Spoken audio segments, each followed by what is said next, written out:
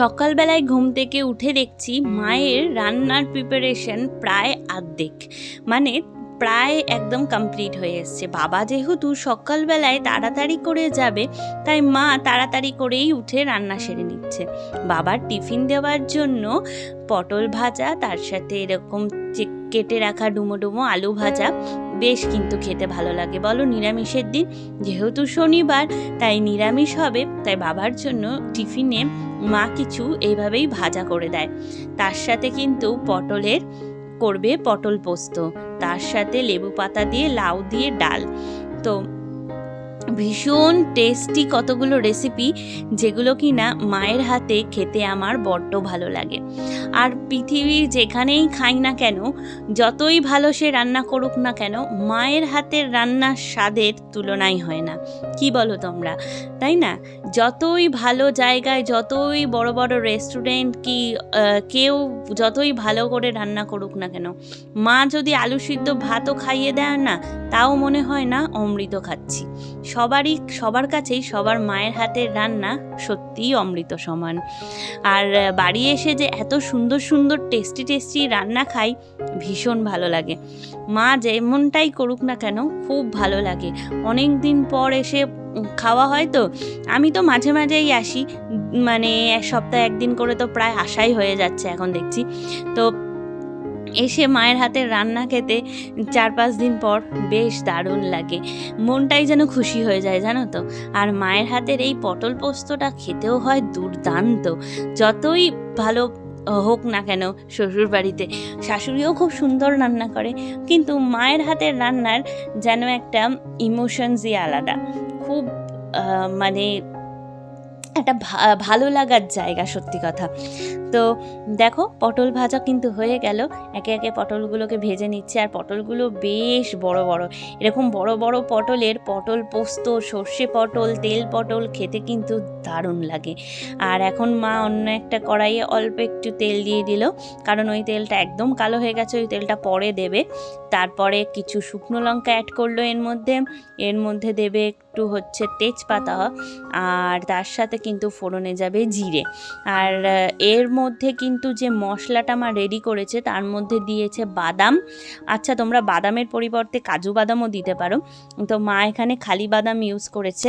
পোস্ত, তার সাথে একটু আদা, তার সাথে কাঁচা লঙ্কা, তার সাথে টমেটোকে একসাথে এভাবে পেস্ট করে নিয়েছে।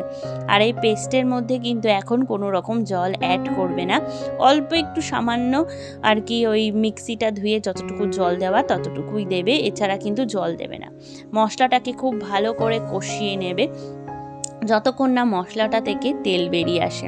তারপর এখানে মা দিয়ে দিল নুন বেশ করে, আর তারপরে এখানে যে পটল ভাজার তেলটা আছে এবার হালকা করে দিয়ে দেবে, কারণ পটল ভাজার সময় যে নিচে একটা গুঁড়ো গুঁড়ো ময়লা ময়লা কেমন একটা পড়ে না, ওটা নুন পোড়া মনে হয়, তো সেটা যাতে না পড়ে, তাই তেলটাকে থেতানোর জন্য কিছুক্ষণ রেখে দিয়েছিল।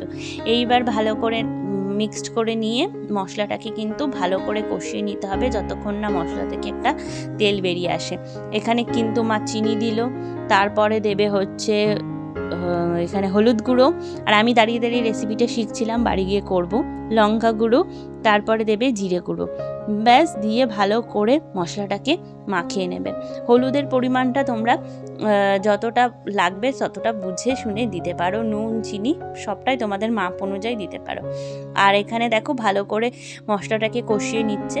মশলা ভালো করে কষিয়ে না নিলে না খেতে ভালো লাগে না।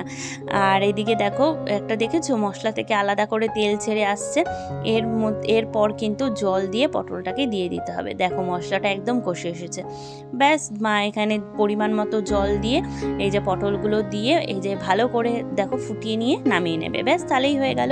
আর এদিকে আমি চলে আসছি বিছনা টিছনা গুছাতে, কারণ মার তো রান্না প্রায় শেষ। আমি ঘুম থেকে উঠে দেখছি প্রায় অর্ধেক রান্না হয়ে গেছে, তাও মার হাতে হাতে কিছুটা ভেজে টেজে এইসব করে দিয়েছি। নিয়েছি। এখন বিছনা টিছনা তুলবো, গ্যাস ট্যাস মুছে দেবো, আর মা ভূমিকে নিয়ে একটু সময় কাটাবে আর কি। আর এদিকে একটু বিছনাটা পরিষ্কার করে নিই, কারণ আমরা ঘুমিয়েছিলাম কালকে, তো কোনো রকমের চাদর পেতে ঘুমিয়েছিলাম, তো এখন ভালো করে বিছনাটা একটু পরিষ্কার না করে নিলেই নয়। বাড়ি এসে তো সেরকম কাজকর্ম থাকে না, কাজকর্ম তাড়াও থাকে না, দুদিন আসা মানেই রেস্ট করা। আর বাড়ি গেলে বোঝা যায় কীভাবে মানে মায়ের যে কতটা কষ্ট হয় বাড়িতে কাজকর্ম করতে, এটা আমি বাড়ি গেলে বুঝতে পারি, যখন নিজে এখন এই দায়িত্বগুলো নিই বা নিজে এই দায়িত্বগুলো পালন করি। মানে যতই কষ্ট হোক না কেন, সেই যে মানে কাজ করেই যেতে হবে আর কি। আমি বসে থাকলে পুরো একেবারে বসে যাবে, বিশেষ করে আমার মেয়ে। তো দেখো কথা বলতে বলতে কিন্তু একদম চাদর টাদর পেতে টান টান করে গুছিয়ে ফেলেছি। এবার টুকটাক বাইরে যা পড়ে আছে সেগুলোকে গুছিয়ে নিয়ে যাব রান্নাঘরে। মার রান্না হয়ে গেছে, রান্নাঘরটা পরিষ্কার করে নিই। আর সকাল থেকে বীভৎস গরম, কেন যে এরকম একটুখানি বৃষ্টি হয় আর তারপরে যে লাগে চরম গরম, কি বলবো তোমাদেরকে। আর এখন চলে এসেছি রান্নাঘরের দিকে, টুকটাক যা ওপরটায় ছিল সেগুলোকে একটু গুছিয়ে নিয়ে গ্যাসটা মুছবো। মা ওদিকে ভূমিকে স্নান করাতে নিয়ে গেছে। আর তোমাদের সাথে আজকে একটা বিশেষ কিছু শেয়ার করব, অবশ্যই সেটা ভিডিও শেষে তোমরা কিন্তু অবশ্যই দেখতে থাকো, ভালো লাগবে। আর গ্যাসটা মুছতে মুছতে চলে গেছিলাম দোকান থেকেও কিছু জিনিসপত্র কিনে নিয়ে আবারও চলে এসেছি গ্যাসের কাছে। এবার গ্যাসটা ভালো করে মুছে নিই। অ্যাকচুয়ালি কি গ্যাসটা হচ্ছে কালো, তো এর জন্য কি হয়, যতই মানে পরিষ্কার করা হোক না কেন, সেই একটা কীরকম যেন আমার কালো জিনিসটা একদম ভালো লাগে না, এই কারণেই যে খুব তাড়াতাড়ি নোংরাটা বোঝা যায়। আর এমনি যে গ্যাসের রঙটা হয় যে সাইড দিয়ে, ওইটা পরিষ্কার করলে না ভীষণ চকচকে লাগে, দেখতে আরও বেশি ভালো লাগে। আর এখন তো সবই গ্যাস এরকম ধরনের ওপরে কালো বা অন্যান্য রঙের হয়, এই যে দেখো, সে যেন পরিষ্কার করলেও মনে হয় একটু সাদা সাদা কি লেগে আছে। তো যাই হোক, আমি পরিষ্কার করে ফেললাম। এবারে দেখি বাইরে, তো দেখছি ঝমঝম করে বৃষ্টি নামার উপক্রম হয়েছে, একদম কালো হয়ে এসছে। দেখো কি জোর বৃষ্টি এসছে, চারিদিকটা অন্ধকার হয়ে গেছে, মেঘ হয়ে এসছে আর বৃষ্টি পড়ছে। ভূমি এই বারান্দাটায় বসে খেলছে আর বেশ ভালো লাগছে, কিন্তু বুঝতেও পারছি যে চরম গরম পড়বে। একটুখানি তো বৃষ্টি হবে, টানা যদি বৃষ্টি হয় তাহলে গিয়ে একটু গরমটা কম থাকে। খুব সুন্দর বৃষ্টিটাও হচ্ছিল, খুব সুন্দর ঝমঝম করে, একেবারে খুব ভালো লাগছিল, সুন্দর একটা হাওয়া দিচ্ছে। আর মাম্মাম এখানে খেলছে। আজকে তোমাদের সাথে মানে আমাদের কিছু পুরনো ছবি শেয়ার করব এবং সবাইকে পরিচয় করিয়ে দেব যে কারা কারা। ভূমিকে নিয়েই বসেছি ফটোগুলোকে দেখানোর জন্য, যাতে ভূমিও চিনতে পারে। তো তোমাদের সাথে অবশ্যই শেয়ার করব। বৃষ্টিটা একটু কমুক, তারপরে বসবো।